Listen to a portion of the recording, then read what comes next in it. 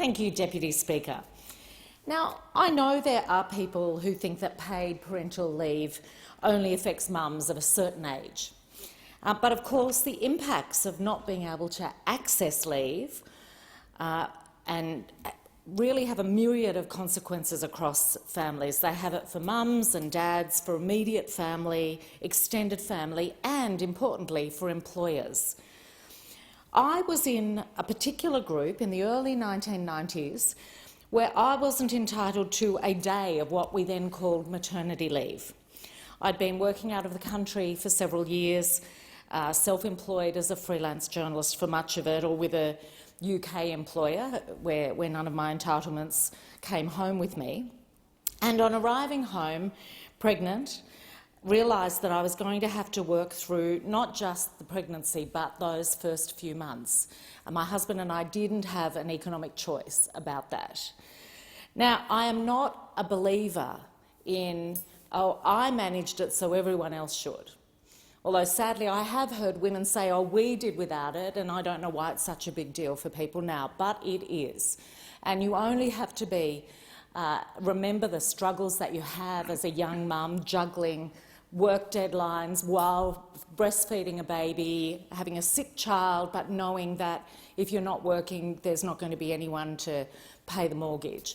Those sorts of pressures on young families are extraordinary, and it is really significant that in the last few years there has, from the Gillard days, there has been a recognition that this is an essential part of a healthy society, that we have a good paid parental leave program. And so I'm very proud that this government sees it as a priority, as we do so many of those financial supports that mean women can not only close the gender gap in their earnings, but really thrive in an environment where they have freedom to make some choices about how they work and when they work. And our legislation around childcare and reducing the costs of early childhood education is another example of that. So I'm delighted to be able to speak to this legislation, and I'm very much looking forward to it becoming a reality. As I must say, my children who are in their late 20s and early 30s, their generation is looking to us to help them find a way to be able to make their next steps in the world. One of the things that I noticed at the Jobs and Skills Summit was how high a priority improvements to paid parental leave were. And these were things coming not from people representing necessarily the mums or the dads. It was coming from business and the business sector, because in fact these turn out to be a microeconomic reform. We've listened to those proposals that were raised, and there's a variety of things. You know, we would love to do everything, but we've started with the priorities. It is the most significant step to improving the scheme since it was established by Labor in 2011. The bill that we're debating today reflects our commitment to improve the lives of working families and advance women's economic equality. And that's why I'm very proud that I'm speaking today as we've marked International Women's Day in Parliament, which we do usually a few weeks before International Women's Day takes place on the 8th of March, because it is a reminder of how poorly we do. And in fact, this morning we were reminded that in the gender equality gap, when you look at the global list, Australia doesn't sit in the top 5 or the top 10 of those who are doing a really good job. We don't even sit in the top 20 nor the top 30. We are number 43 on that list. And in the top 10, you've got a whole lot of countries you'd expect, a bunch of Scandinavian countries, New Zealand, but you've also got Rwanda, you've got Nicaragua. And you know, we really should be up there at the top, because we're an economy and a country where we can make these improvements. And this bill will help. Around 181,000 families will benefit directly from the changes in the bill, including around 4,300 people who gained access that would have been ineligible under the current who gain access, but under the current scheme, without the changes, they would have been ineligible. What we're really doing is modernising paid parental leave so that it reflects the community and families that we have today. Our needs have changed as families, and the community has changed since it was first established over a decade ago. So these changes are coming from the 1st of July, which is why we're here now with some urgency debating this so that it can be put in place. And it lays the foundations for reform that we want to see, which is expanding the paid parental leave program to 26 weeks by 2026. The current scheme doesn't do enough to provide access to fathers and partners. It limits the flexibility for families on how they choose to take their leave and how they choose to transition back to work. And one of the current features of the scheme is that the eligibility rules are unfair to families where the mother is the higher income earner.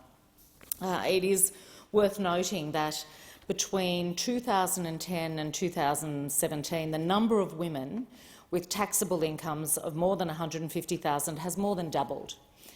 And this bill fixes the issues that limit their access in the current scheme. It fixes all those issues, in fact, and it gives families more access to the government payment, it gives parents greater flexibility, and it encourages parents to share care and to improve gender equality. So while in a very narrow context this is about making it easier for families, the difference it can make in terms of promoting gender equality is really key, which is why that is named in the bill as its feature for families and for gender equality. So let me run through the things that the bill touch on the key points. There are 6 key changes. From the 1st of July 2023, the 2 existing payments are combined into a single 20-week scheme. We're reserving a portion of the scheme for each parent to support them both to take time off work after a birth or an adoption. We're making it easier for both parents to access the payment by removing the notion of primary and secondary carer. We're expanding access by introducing a $350,000 family income test, which families can be assessed under if they exceed the individual income test. We're increasing flexibility for parents to choose how they take leave days, and we're allowing eligible fathers and partners to access the payment irrespective of whether the birth parent meets the income test or residency requirements. So changes that will allow many families to breathe a sigh of relief and to know that there's support for them when they really need it most in those early weeks and months. I want to speak a bit about the use of the leave by fathers and partners in the form of dad and partner pay. This really is a very significant change, and one thing it does, though, it preserves the existing feature by reserving 2 weeks of the payment for each parent. So there is a preservation of those portions. By incorporating this reserved portion under a single scheme rather than a standalone payment, it means we're making sharing of parental leave between parents a central part of it, a real partnership. And I think we've seen from so many new mums and dads in this chamber exactly how modern families work. In some ways, this bill is catching up with what is already happening where it is financially possible to do it. The bill supports both parents to take leave beyond the 2-week reserve period, and really importantly, single parents will be eligible for the full 20 weeks.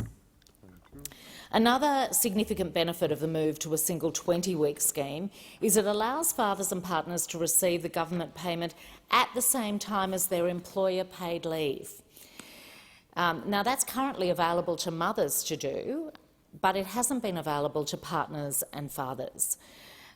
Fixing this inequality actually removes the financial disincentive for fathers and partners to access the scheme.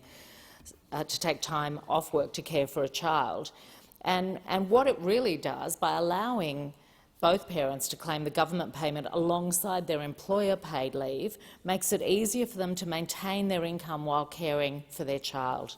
And we hope that this will result in more partners and dads taking leave. We are really mindful of the financial pressures that people are under, and support for that is built into this legislation. We know that when both parents are not supported to take time off work to care for their babies, a couple of things happen. Usually mums work less, or they leave the workforce altogether to take on caring responsibility, while often the dads remain in full-time work, or the other partner remains in full-time work. And that pattern isn't just for the first few months. That pattern persists for years and years after the child's birth, and it is a key driver of gender gaps in the workforce participation and therefore in earnings. So this bill works to address those really fundamental issues.